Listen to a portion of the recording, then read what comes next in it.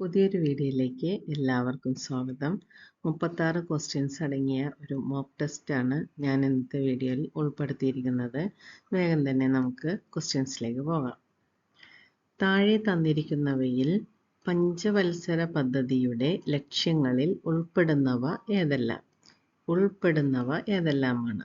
താഴെ തന്നിരിക്കുന്നവയിൽ പഞ്ചവത്സര പദ്ധതിയുടെ ലക്ഷ്യങ്ങളിൽ ഉൾപ്പെടുന്നവ ഏതെല്ലാം? ആൻസർ ഓപ്ഷൻ ഡി ആണ് 1ഉം 2ഉം. അപ്പോൾ 1 ഏതാണ്?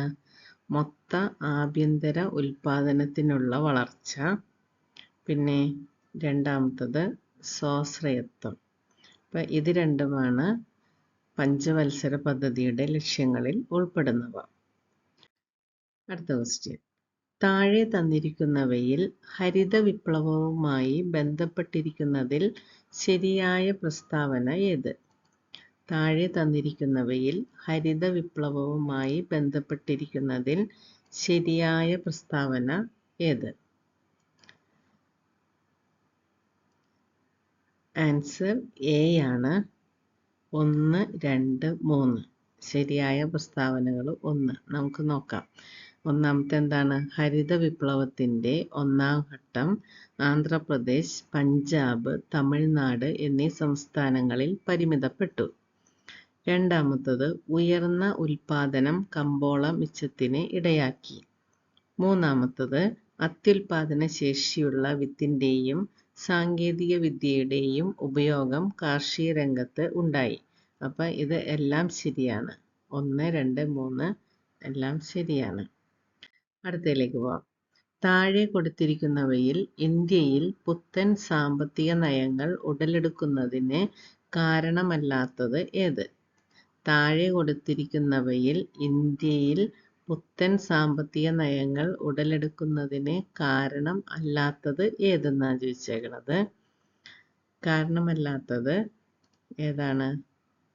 ആൻസർ സി ആണ്. ഓപ്ഷൻ സി ആണ്. ഉയർന്ന ജനസംഖ്യാ നിരക്കാണ് കാരണമല്ലാത്തത്. ഇന്ത്യയിൽ പുത്തൻ സാമ്പത്തിക നയങ്ങൾ ഉടലെടുക്കുന്നതിന് കാരണമല്ലാത്തത് ഉയർന്ന ജനസംഖ്യാ നിരക്ക്.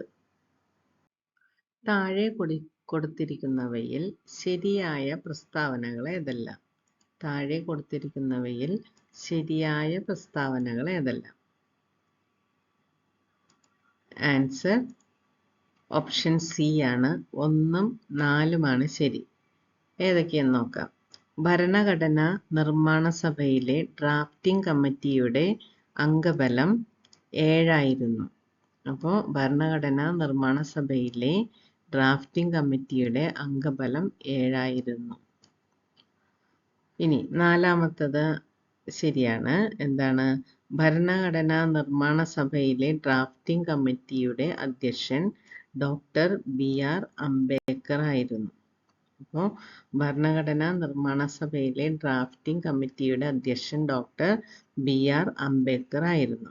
ഇവ രണ്ടുമാണ്, 1ഉം 4ഉമാണ് ശരി. ഇനി അടുത്തതിലേക്ക് പോവാം. അഞ്ചാമത്തത്.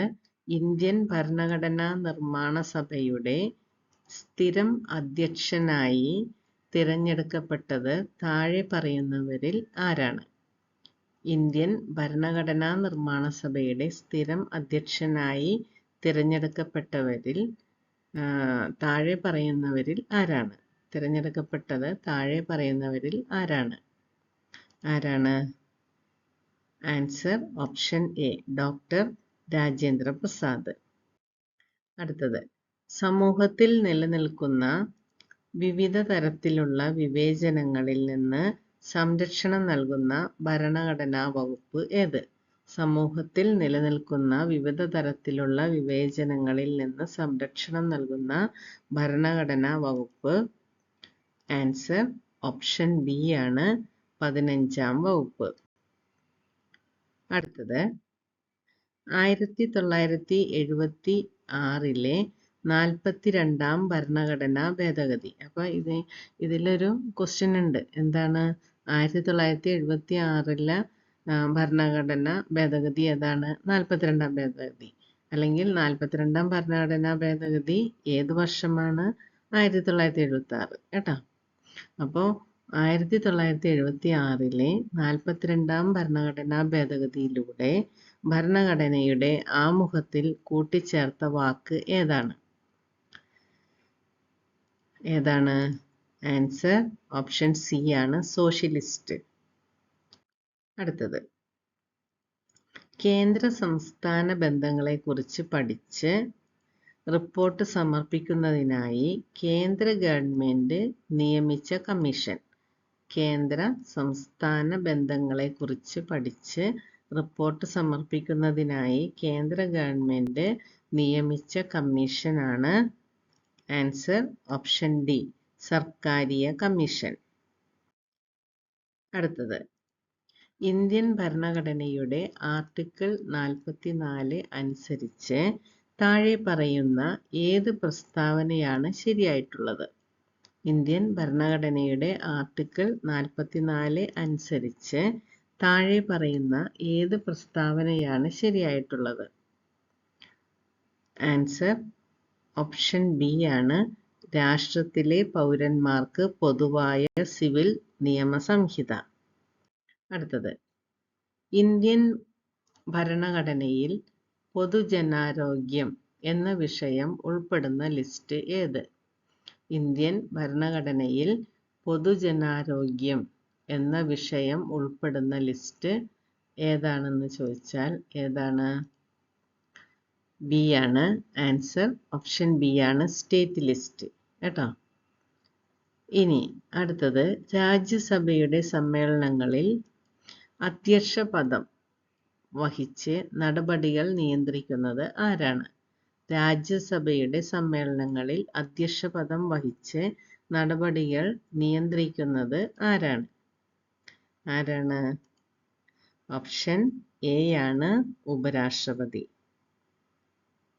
അടുത്തതിലേക്ക് പോവാം. ഭരണഘടനയുടെ അടിസ്ഥാന ഘടനയെ ലംഘിക്കുന്ന ഒരു ഭേദഗതിയും നടത്താൻ പാർലമെന്റിന് അധികാരമില്ല എന്ന സുപ്രധാന സുപ്രീം കോടതി വിധി ഏത് കേസുമായി ബന്ധപ്പെട്ടാണ് ഉണ്ടായത്? ഭരണഘടനയുടെ അടിസ്ഥാന ഘടനയെ ലംഘിക്കുന്ന ഒരു ഭേദഗതിയും നടത്താൻ പാർലമെന്റിന് അധികാരമില്ല എന്ന സുപ്രധാന സുപ്രീം കോടതി വിധി ഏത് കേസുമായി ബന്ധപ്പെട്ട് ഉണ്ടായതാണ്? ഏത് കേസാണ്? ഡി. ആൻസർ ഓപ്ഷൻ ഡി ആണ്, കേശവാനന്ദ ഭാരതി കേസ്. കേശവാനന്ദ ഭാരതി കേസുമായി ബന്ധപ്പെട്ടിട്ടുള്ളതാണ് അത്. അടുത്തത്, ലോക്സഭയുമായി ബന്ധപ്പെട്ട് ചില പ്രസ്താവന അല്ലെങ്കിൽ പ്രസ്താവനകൾ താഴെ കൊടുത്തിരിക്കുന്നു. ഉചിതമായവ തിരഞ്ഞെടുക്കുക. ലോക്സഭയുമായി ബന്ധപ്പെട്ട് ചില പ്രസ്താവന അല്ലെങ്കിൽ പ്രസ്താവനകൾ താഴെ കൊടുത്തിരിക്കുന്നു. ഉചിതമായത് തിരഞ്ഞെടുക്കുക. ഏതാണ്? ആൻസർ ഓപ്ഷൻ സി ആണ്. എന്തൊക്കെയാണ്? 2ഉം 4ഉം മാത്രമാണ് ഉചിതമായിട്ടുള്ളത്. എന്താണെന്ന് നോക്കാം. രണ്ടാമത്തത്, ലോക്സഭയിലെ അംഗങ്ങളെ ജനങ്ങൾ നേരിട്ടാണ് തിരഞ്ഞെടുക്കുന്നത്. അടുത്തത് 4ാമത്തത്, ലോക്സഭയുടെ കാലാവധി 5 വർഷമാണ്. അപ്പോൾ ലോക്സഭയിലെ അംഗങ്ങളെ ജനങ്ങൾ നേരിട്ടാണ് തിരഞ്ഞെടുക്കുന്നത്. ലോക്സഭയുടെ കാലാവധി 5 വർഷമാണ്. ഇത് രണ്ടും ഉചിതമായവയാണ്. അപ്പോൾ നമ്മുടെ ആൻസർ ഓപ്ഷൻ സി ആണ്. അടുത്തതിലേക്ക് പോകാം. 14ാമത്തത്, കേരള സർക്കാർ ആരംഭിച്ച ഈ പദ്ധതിയുടെ ലക്ഷ്യം അവിവാഹിതരായ അമ്മമാരുടെയും കുട്ടികളുടെയും പുനരധിവാസമാണ്. ഏതാണ് പദ്ധതി? ഒന്നുകൂടി വായിക്കാം. കേരള സർക്കാർ ആരംഭിച്ച ഈ പദ്ധതിയുടെ ലക്ഷ്യം അവിവാഹിതരായ അമ്മമാരുടെയും കുട്ടികളുടെയും പുനരധിവാസമാണ്. ഏതാണ് പദ്ധതി? ഏതാണ്? ആൻസർ ഓപ്ഷൻ സി, സ്നേഹസ്പർശം. അടുത്തത്, സംസ്ഥാന സർക്കാരിന് നിയമോപദേശം നൽകുന്നത് ആരാണ്? സംസ്ഥാന സർക്കാരിന് നിയമോപദേശം നൽകുന്നത് ആരാണ്? ആൻസർ ഓപ്ഷൻ ഡി ആണ്, അഡ്വക്കേറ്റ് ജനറൽ. അടുത്ത ക്വസ്റ്റ്യൻ.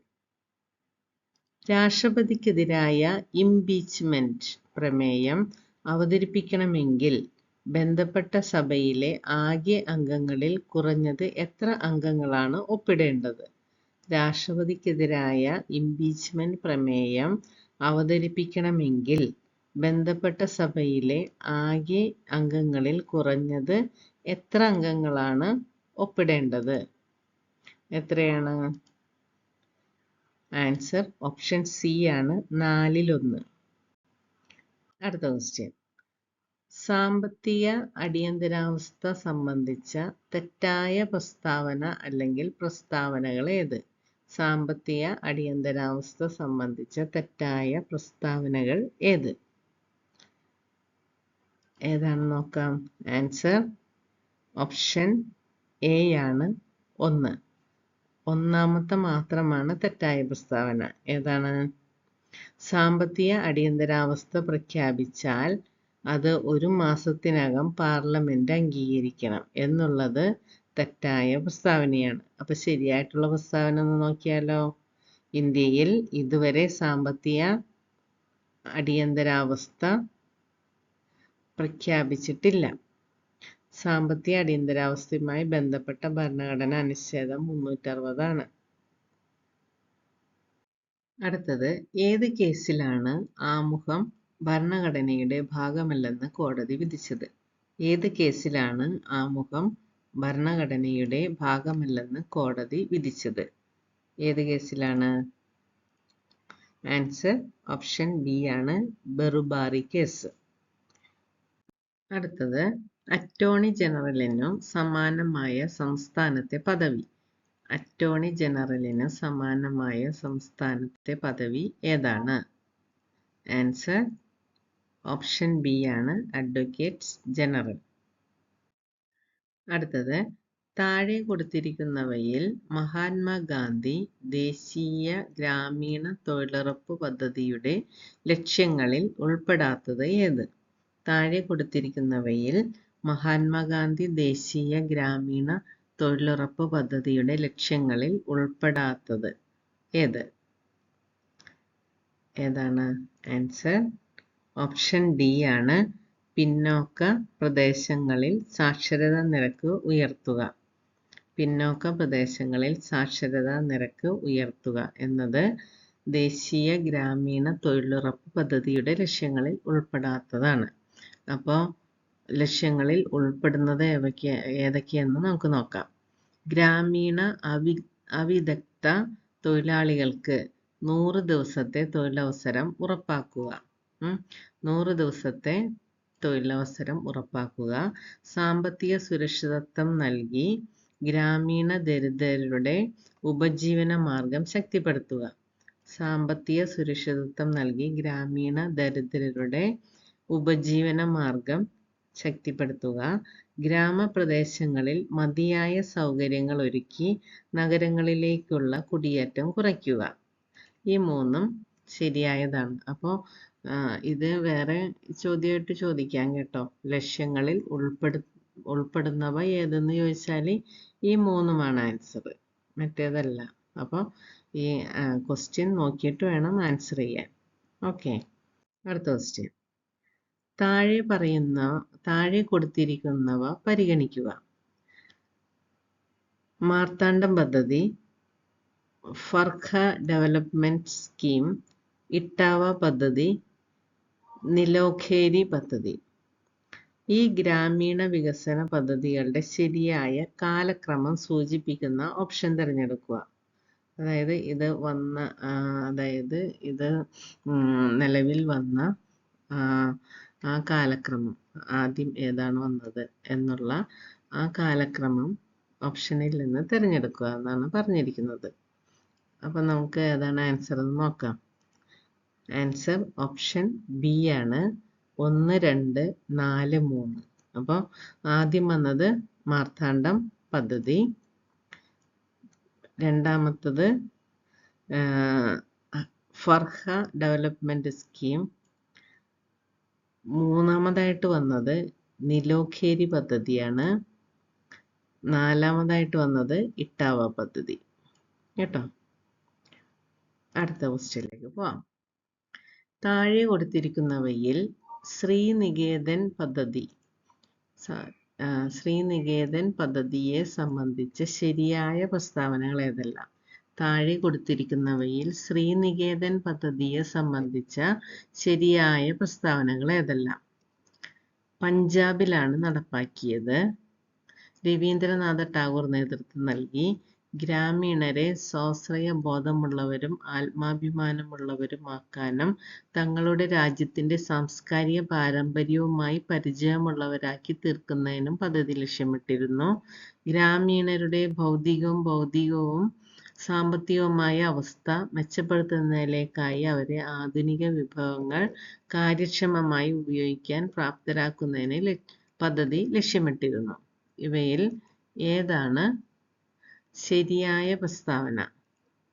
ഏതാണ്? ഓപ്ഷൻ സി ആണ്. 2, 3, 4 ഇതാണ് ശരി. എന്താണ് 2?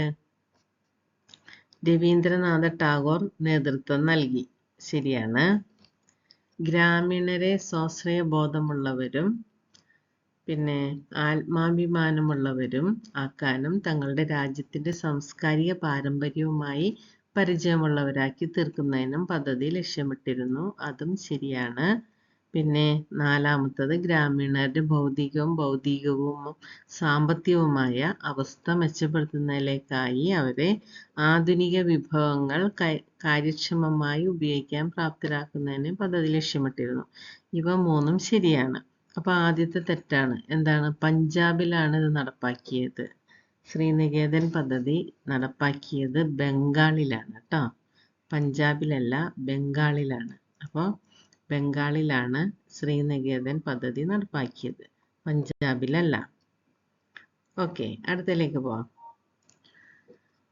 അടുത്തത്, താഴെ കൊടുത്തിരിക്കുന്ന 2 പ്രസ്താവനകളിൽ ശരിയായ ഓപ്ഷൻ കണ്ടെത്തുക. താഴെ കൊടുത്തിരിക്കുന്ന 2 പ്രസ്താവനകളിൽ ശരിയായ ഓപ്ഷൻ കണ്ടെത്തുക. ഒന്നാമത്തെ പ്രസ്താവന, സേവാഗ്രാം പദ്ധതിയുടെ ഉപജ്ഞാതാവ് മഹാത്മാഗാന്ധിയാണ്. രണ്ടാമത്തെ പ്രസ്താവന, നിലവിൽ മഹാരാഷ്ട്രയിലാണ് സേവാഗ്രാം. നമുക്ക് ആൻസർ ഏതാന്ന് നോക്കാം. ആൻസർ എ ആണ്. പ്രസ്താവനകൾ 1ഉം 2ഉം ശരിയാണ്. അപ്പൊ ഒന്നും കൂടി വായിച്ചാലോ. സേവാഗ്രാം പദ്ധതിയുടെ ഉപജ്ഞാതാവ് മഹാത്മാഗാന്ധിയാണ്. ശരിയാണ്. നിലവിൽ മഹാരാഷ്ട്രയിലാണ് സേവാഗ്രാം. അതും ശരിയാണ്. ഇനി അടുത്ത ക്വസ്റ്റ്യൻ. ശരിയായ പ്രസ്താവന ഏത്? സംയോജിത ഗ്രാമവികസന പരിപാടി രാജ്യമൊട്ടാകെ നിലവിൽ വന്നത് 6ാം പഞ്ചവത്സര പദ്ധതി കാലത്താണ്. അത് ഒന്നാമത്തത്. നമുക്കിത് ആൻസർ ഏതാന്ന് നോക്കാം, എന്നിട്ട് വായിക്കാം. ആൻസർ ഓപ്ഷൻ ബി ആണ്. 1, 2, 3. ശരിയായ പ്രസ്താവന 1ഉം 2ഉം 3ഉമാണ്. അപ്പോൾ നമുക്കൊന്ന് വായിക്കാം. ഒന്നാമത്തെ, സംയോജിത ഗ്രാമവികസന പരിപാടി രാജ്യമൊട്ടാകെ നിലവിൽ വന്നത് 6ാം പഞ്ചവത്സര പദ്ധതി കാലത്താണ്. അത് ശരിയാണ്. സംയോജിത ഗ്രാമവികസന പരിപാടിയിൽ കേന്ദ്ര സംസ്ഥാന സർക്കാരുകളുടെ വിഹിതത്തിന്റെ അനുപാതം 50:50 എന്ന രീതിയിലായിരുന്നു. അതും ശരിയാണ്. മൂന്നാമത്തത്, ഗ്രാമീണ മേഖലകളിലെ കുടുംബങ്ങളിലെ പ്രായപൂർത്തിയായ അംഗങ്ങൾക്ക് ഒരു സാമ്പത്തിക വർഷത്തിൽ കുറഞ്ഞത് 100 ദിവസത്തെ വേതനമുള്ള തൊഴിൽ വാഗ്ദാനം ചെയ്ത് ഉപജീവന സുരക്ഷ ഉറപ്പാക്കുക എന്നതാണ് മഹാത്മാഗാന്ധി ദേശീയ ഗ്രാമീണ തൊഴിലുറപ്പ് പദ്ധതിയുടെ പ്രാഥമിക ധർമ്മം. അപ്പോൾ നാലാമത്തത് എന്താണ്? മഹാത്മാഗാന്ധി ദേശീയ ഗ്രാമീണ തൊഴിലുറപ്പ് പദ്ധതി പ്രകാരം തൊഴിൽ ലഭിക്കാനുള്ള ഉയർന്ന പ്രായപരിധി 65 വയസ്സാണ്. അത് തെറ്റാണ്. എന്താണ്? ഉയർന്ന പ്രായപരിധി ഇല്ല. ആർക്ക് വേണമെങ്കിലും തൊഴിലുറപ്പ് പദ്ധതിയിൽ ചേരാം. അടുത്തതിലേക്ക് പോവാം. താഴെ കൊടുത്തിരിക്കുന്ന 2 പ്രസ്താവനകളിൽ ശരിയായ ഓപ്ഷൻ കണ്ടെത്തുക. പ്രസ്താവന 1, ഇതര ഭാഗങ്ങളുമായി ബന്ധമില്ലാത്തതും 500 ആളുകളിലധികം താമസിക്കുന്നതുമായ ഗ്രാമങ്ങളിൽ എല്ലാ കാലാവസ്ഥയ്ക്കും അനുയോജ്യമായ റോഡുകൾ നിർമ്മിച്ച് കണക്ടിവിറ്റി ലഭ്യമാക്കുക എന്നതാണ് പ്രധാനമന്ത്രി ഗ്രാമ സഡക് യോജനയുടെ ലക്ഷ്യം. പ്രസ്താവന 2. പ്രധാനമന്ത്രി ഗ്രാമ സഡക് യോജനയുടെ കേന്ദ്ര സർക്കാർ വിഹിതം 50%. അപ്പോൾ നമുക്ക് ആൻസർ നോക്കാം. എന്താണ്? ഓപ്ഷൻ ബി ആണ്. പ്രസ്താവന 1 ശരിയാണ്, 2 ശരിയല്ല. അപ്പോൾ ഒന്നാമത്തത് എന്താണെന്നും കൂടി വായിക്കാം. ഇതര ഭാഗങ്ങളുമായി ബന്ധമില്ലാത്തതും 500 ആളുകളിലധികം താമസിക്കുന്നതുമായ ഗ്രാമങ്ങളിൽ എല്ലാ കാലാവസ്ഥയ്ക്കും അനുയോജ്യമായ റോഡുകൾ നിർമ്മിച്ച് കണക്ടിവിറ്റി ലഭ്യമാക്കുക എന്നതാണ് പ്രധാനമന്ത്രി ഗ്രാമ സഡക് യോജനയുടെ ലക്ഷ്യം. അപ്പോൾ പ്രധാനമന്ത്രി ഗ്രാമ സഡക് യോജനയുടെ കേന്ദ്ര സർക്കാർ വിഹിതം 50% എന്നുള്ളത് തെറ്റായ പ്രസ്താവനയാണ്. ശരിയായ പ്രസ്താവന എന്താണ്? ഇതാണ് ശരിയായ പ്രസ്താവന. കേന്ദ്ര സർക്കാർ വിഹിതം 100%. കേന്ദ്ര സർക്കാർ വിഹിതം 100%, അല്ലാതെ 50% അല്ല. അടുത്തതിലേക്ക് പോകാം. ശരിയായ പ്രസ്താവന. സമൂഹത്തിലെ ദുർബല വിഭാഗങ്ങൾ, താഴ്ന്ന വരുമാനക്കാരായ ആളുകൾ, നഗരങ്ങളിലെ ദരിദ്രർ, ഗ്രാമങ്ങളിലെ ദരിദ്രർ എന്നിവർക്ക് താങ്ങാനാവുന്ന വിലയിൽ വീട് നൽകുക എന്ന ലക്ഷ്യത്തോടെ ആരംഭിച്ച പദ്ധതിയാണ് പ്രധാനമന്ത്രി ആവാസ് യോജന. അടുത്തത്, പ്രധാനമന്ത്രി ആവാസ് യോജനയുടെ ഘടക പദ്ധതികളാണ് പ്രധാനമന്ത്രി ആവാസ് യോജന അർബൻ, പ്രധാനമന്ത്രി ആവാസ് യോജന ഗ്രാമീൺ എന്നിവ. അപ്പൊ നമുക്ക് ആൻസർ നോക്കിയിട്ട് വായിക്കാം. ആൻസർ ഏതാണ്? ആൻസർ ഓപ്ഷൻ ഡി ആണ്. 1, 2, 4 ആണ് ശരിയായത്. ഒന്നും കൂടി വായിക്കാം. സമൂഹത്തിലെ ദുർബല വിഭാഗങ്ങൾ, താഴ്ന്ന വരുമാനക്കാരായ ആളുകൾ, നഗരങ്ങളിലെ ദരിദ്രർ, ഗ്രാമങ്ങളിലെ ദരിദ്രർ എന്നിവർക്ക് താങ്ങാനാവുന്ന വിലയിൽ വീട് നൽകുക എന്ന ലക്ഷ്യത്തോടെ ആരംഭിച്ച പദ്ധതിയാണ് പ്രധാനമന്ത്രി ആവാസ് യോജന. ഇനി രണ്ടാമത്തത് ശരിയാണ്. പ്രധാനമന്ത്രി ആവാസ് യോജനയുടെ ഘടക പദ്ധതികളാണ് പ്രധാനമന്ത്രി ആവാസ് യോജന അല്ലെങ്കിൽ അർബൻ സ്ഥലങ്ങളിലാണ്. പിന്നെ പ്രധാനമന്ത്രി ആവാസ് യോജന ഗ്രാമീണ മേഖലകളിലും ഉള്ളത് 2 പദ്ധതികളാണ്. അതും ശരിയാണ്. ഇനി നാലാമത്തത് എന്താണ്? പ്രധാനമന്ത്രി ആവാസ് യോജന പ്രകാരം ഭൂമി അല്ലെങ്കിൽ വീടിന്റെ ഉടമസ്ഥ അവകാശം നൽകുന്നത് സ്ത്രീയുടെ പേരിലോ സംയുക്ത ഉടമസ്ഥതയിലോ ആണ്. അതും ശരിയാണ്. അപ്പൊ തെറ്റായ പ്രസ്താവന ഏതാണ്? മൂന്നാമത്തെയാണ്. പ്രധാനമന്ത്രി ആവാസ് യോജന ഗ്രാമീൺ ആരംഭിച്ചത് 2015-ലും പ്രധാനമന്ത്രി ആവാസ് യോജന അർബൻ ആരംഭിച്ചത് 2016-ലുമാണ് എന്നുള്ള പ്രസ്താവന തെറ്റാണ്. ശരിയായത് എന്താണ്? പ്രധാനമന്ത്രി ആവാസ് യോജന അർബൻ സ്കീം 2015-ലും പിന്നെ ഗ്രാമീൺ സ്കീം 2016-ലുമാണ് ആരംഭിച്ചത്.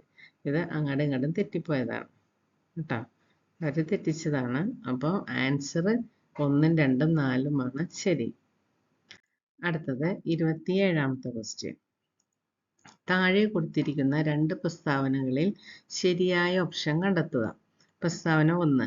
എല്ലാ ഗ്രാമീണ കുടുംബങ്ങൾക്കും 2024-ഓടെ functional household tap connection നൽകാൻ ലക്ഷ്യമിടുന്ന കേന്ദ്ര സർക്കാർ പദ്ധതിയാണ് ജൽ ജീവൻ മിഷൻ. പ്രസ്താവന 2. നാഷണൽ റൂറൽ ഡ്രിങ്കിംഗ് വാട്ടർ പ്രോഗ്രാമിന്റെ പുതിയ പേരാണ് ജൽ ജീവൻ മിഷൻ. നമുക്ക് ആൻസർ ഏതാന്ന് നോക്കാം. ആൻസർ എ ആണ്. ഓപ്ഷൻ എ ആണ്. പ്രസ്താവനകൾ 1, 2 ശരിയാണ്. ഒന്നും കൂടി വായിക്കാം. എല്ലാ ഗ്രാമീണ കുടുംബങ്ങൾക്കും 2024-ഓടെ functional household tap connection നൽകാൻ ലക്ഷ്യമിടുന്ന കേന്ദ്ര സർക്കാർ പദ്ധതിയാണ് ജൽ ജീവൻ മിഷൻ കേട്ടോ. ഇനി നാഷണൽ റൂറൽ ഡ്രിങ്കിംഗ് വാട്ടർ പ്രോഗ്രാമിന്റെ പുതിയ പേരാണ് ജൽ ജീവൻ മിഷൻ. അപ്പോൾ ഇത് രണ്ടും ശരിയാണ്. ഇതിൽ ഇങ്ങനെ ചോദിച്ചില്ലെങ്കിലും വേറെ തരത്തിലൊക്കെ ചോദിക്കാം. അപ്പോൾ ഇത് നന്നായിട്ട് പഠിച്ചിരിക്കണം കേട്ടോ. അടുത്ത ക്വസ്റ്റ്യൻ, ജനകീയാസൂത്രണം സംബന്ധിച്ച ശരിയായ പ്രസ്താവനകൾ ഏതെല്ലാം? 1997 വായിക്കുന്നതിന് മുമ്പ് ആൻസർ നോക്കാം നമുക്ക്. ആൻസർ ഓപ്ഷൻ ഏതാണ്? സി ആണ് കറക്റ്റ് ആൻസർ. അപ്പോൾ സി മാത്രം ഒന്ന് നോക്കാം. രണ്ടാമത്തെ 2, 3, 4 ശരിയായ പ്രസ്താവനകൾ. രണ്ടാമത്തത്, 9ാം പഞ്ചവത്സര പദ്ധതി കാലത്താണ് ജനകീയാസൂത്രണം നടപ്പിലാക്കിയത്. 9ാം പഞ്ചവത്സര പദ്ധതി കാലത്താണ്. മൂന്നാമത്തത്, ജനകീയാസൂത്രണത്തെ 10ാം പഞ്ചവത്സര പദ്ധതി കാലത്ത് കേരള വികസന പദ്ധതി എന്ന പേരിൽ പുനഃസംവിധാനം ചെയ്തു. നാലാമത്തത്, 10ാം കേരള നിയമസഭയുടെ കാലത്താണ് ജനകീയാസൂത്രണം നടപ്പിലാക്കിയത്. 10ാം കേരള നിയമസഭയാണ് 10ാം പഞ്ചവത്സര പദ്ധതി കാലത്താണ് അത് പേര് പുനഃസംവിധാനം ചെയ്തത്. 9ാം പഞ്ചവത്സര പദ്ധതി കാലത്താണ് ജനകീയാസൂത്രണം അല്ലെങ്കിൽ പീപ്പിൾസ് പ്ലാനിംഗ് കമ്പൈൻ നടപ്പിലാക്കിയത്. അപ്പോൾ 9ാം പഞ്ചവത്സര പദ്ധതി കാലത്ത് ജനകീയാസൂത്രണം നടപ്പിലാക്കി. 10ാം പഞ്ചവത്സര പദ്ധതി കാലത്ത് പേര് കേരള വികസന പദ്ധതി എന്നാക്കി. 10ാം കേരള നിയമസഭയുടെ കാലത്താണ് ജനകീയാസൂത്രണം നടപ്പിലാക്കിയത്. അപ്പോൾ തെറ്റായത് ഏതാണെന്ന് നോക്കാം. 1997 ഓഗസ്റ്റ് 17 കേരളത്തിൽ ജനകീയാസൂത്രണം ഉദ്ഘാടനം ചെയ്യപ്പെട്ടത്. തെറ്റാണ്. അപ്പോൾ എപ്പോഴാണ് ജനകീയാസൂത്രണം കേരളത്തിൽ? 1996 ഉദ്ഘാടനം ചെയ്യപ്പെട്ടത്. 1996, 2001 കാലഘട്ടത്തിൽ കേരളത്തിൽ EK നായനാർ മുഖ്യമന്ത്രിയായിരുന്നപ്പോഴാണ് ഈ പദ്ധതി ആരംഭിച്ചത്. അപ്പോൾ ഓർത്ത് വയ്ക്കണം കേട്ടോ. അത് 1996 പീപ്പിൾസ് പ്ലാനിംഗ് കമ്പൈൻ എന്ന ജനകീയാസൂത്രണം ഉദ്ഘാടനം ചെയ്യപ്പെട്ടത്. 1996, 2001 കാലഘട്ടത്തിൽ കേരളത്തിലെ EK നായനാർ മുഖ്യമന്ത്രിയായിരുന്നപ്പോഴാണ് ഈ പദ്ധതി ആരംഭിച്ചത്. അടുത്ത ക്വസ്റ്റ്യൻ, തെറ്റായ പ്രസ്താവന ഏത്? തെറ്റായത് ഏതാണ്? ഡി ആണ്. ആൻസർ ഓപ്ഷൻ ഡി ആണ്. എന്താണ്? ത്രിതല പഞ്ചായത്തി രാജ് സംവിധാനത്തിൽ നികുതി പിരിക്കാൻ 3 തലങ്ങൾക്കും അധികാരമുണ്ട്. അത് തെറ്റാണ്. അതിൻ്റെ ശരി ഏതാണ്? ഗ്രാമപഞ്ചായത്തുകൾക്ക് മാത്രമാണ് നികുതി പിരിക്കാൻ അധികാരം. ഗ്രാമപഞ്ചായത്തുകൾക്ക് മാത്രമാണ് നികുതി പിരിക്കാൻ അധികാരം. അപ്പം ഇത് ത്രിതല പഞ്ചായത്തി രാജ് സംവിധാനത്തിൽ നികുതി പിരിക്കാൻ 3 തലങ്ങൾക്ക് അധികാരമുണ്ട് എന്നുള്ളത് തെറ്റാണ്. പിന്നെ ശരിയുള്ളത് എന്തൊക്കെയാന്ന് നോക്കാം. ഗ്രാമസഭയുടെ ക്വോറം 10% ഒരു വർഷത്തിൽ 4 പ്രാവശ്യമാണ് ഗ്രാമസഭ ചേരേണ്ടത്.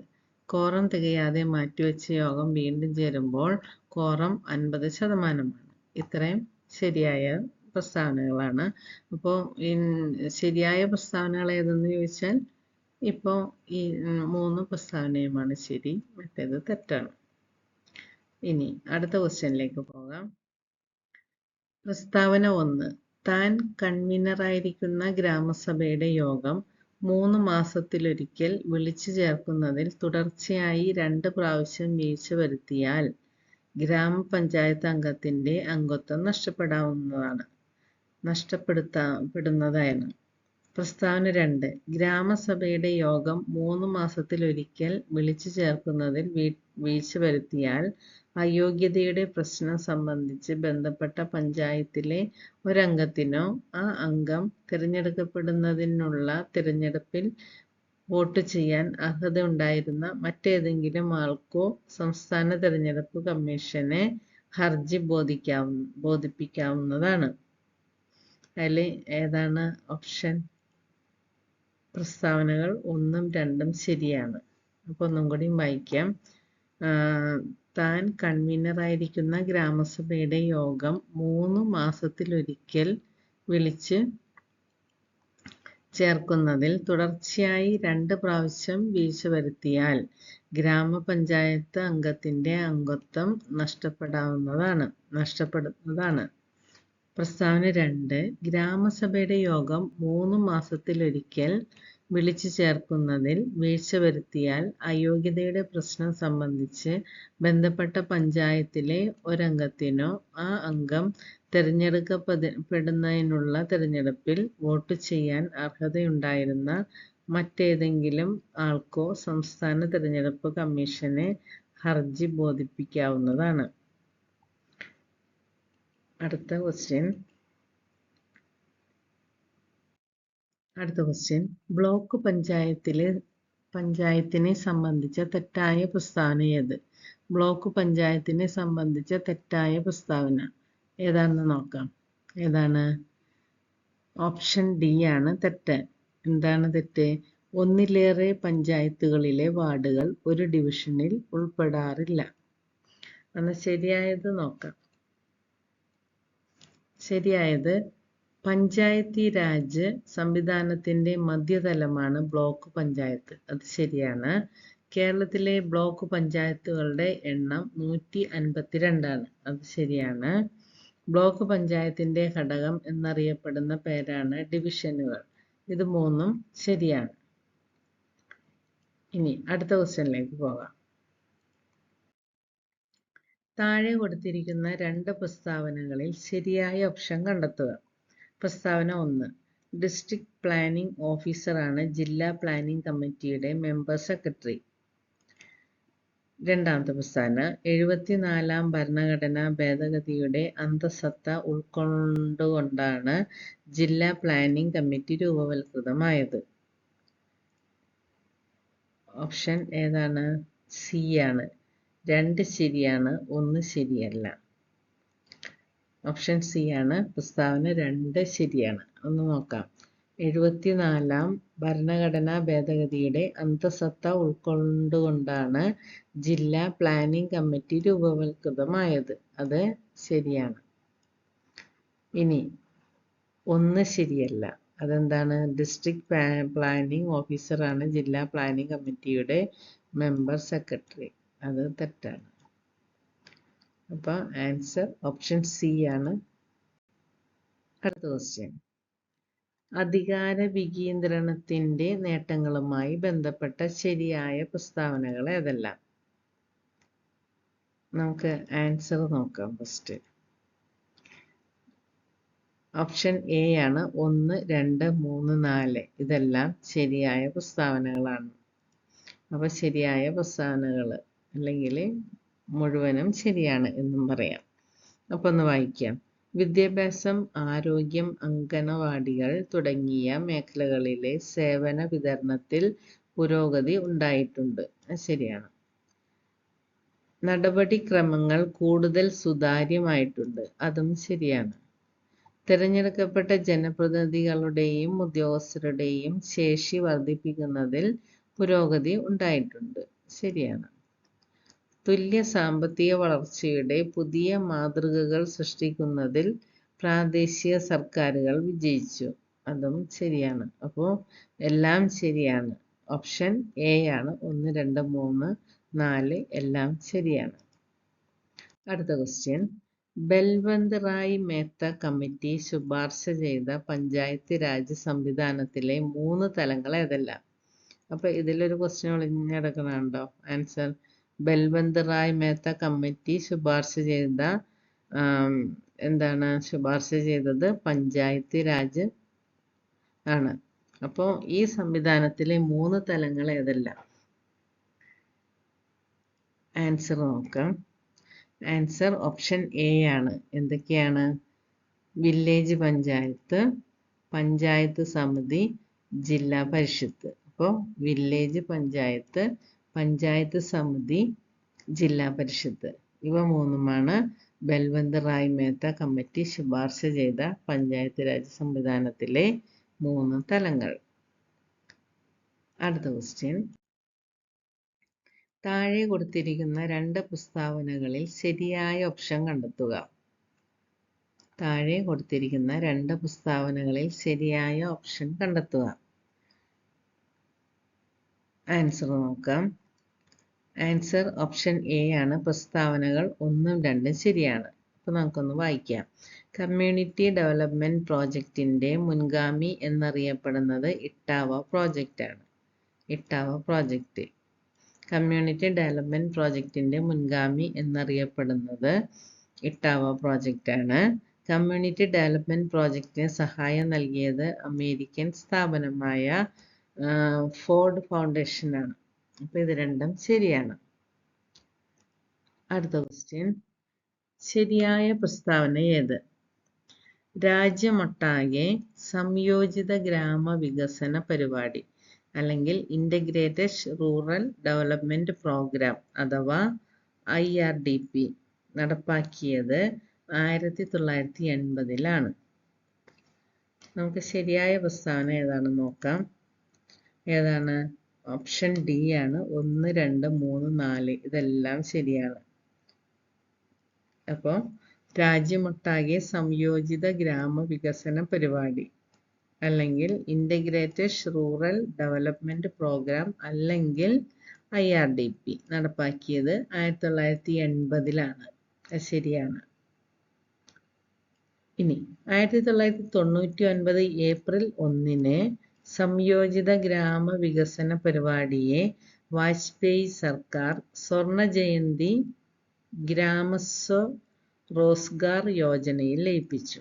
അപ്പോൾ 1999 ഏപ്രിൽ 1-ന് സംയോജിത ഗ്രാമവികസന പരിപാടിയെ വാജ്പേയി സർക്കാർ സ്വർണ ജയന്തി ഗ്രാമസ്വ റോസ്ഗാർ യോജനയിൽ ലയിപ്പിച്ചു.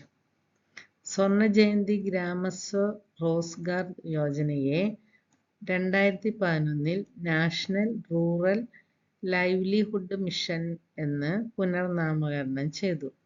അപ്പോൾ സ്വർണ ജയന്തി ഗ്രാമസ്വ റോസ്ഗാർ യോജനയെ 2011-ൽ നാഷണൽ റൂറൽ ലൈവ്ലിഹുഡ് മിഷൻ എന്ന് പുനർനാമകരണം ചെയ്തു. അതും ശരിയാണ്. ആജീവിക എന്നറിയപ്പെട്ട നാഷണൽ റൂറൽ ലൈവ്ലിഹുഡ് മിഷന്റെ പുതിയ പേരാണ് ദീനദയാൽ അന്ത്യോദയ യോജന. അപ്പോൾ ആജീവിക എന്ന പേരിൽ അറിയപ്പെട്ട നാഷണൽ റൂറൽ ലൈവ്ലിഹുഡ് മിഷന്റെ പുതിയ പേരാണ് ദീനദയാൽ അന്ത്യോദയ യോജന. അപ്പോൾ ഇതിൽ ഒരു ക്വസ്റ്റ്യൻ മാത്രമല്ല, ഇതിൽ ധാരാളം ക്വസ്റ്റ്യൻസും ആൻസറും അടങ്ങിയിട്ടുണ്ട്. നന്നായിട്ട് പഠിക്കണം. അപ്പോൾ ഈ 36 ക്വസ്റ്റ്യൻസും വളരെ വളരെ ഇമ്പോർട്ടൻ്റ് ആണ്. LGS തുടങ്ങി മുകളിലുള്ള എല്ലാ പരീക്ഷകൾക്കും വരെ ചോദിക്കുന്ന പ്രധാനപ്പെട്ട യോജനകളും പദ്ധതികളെയും കുറിച്ചാണ്. അപ്പോൾ അതുകൊണ്ട് നന്നായിട്ട് പഠിക്കുക. ഇത്രയും വീഡിയോ കണ്ടതിന് താങ്ക് യു ഫോർ വാച്ചിങ്.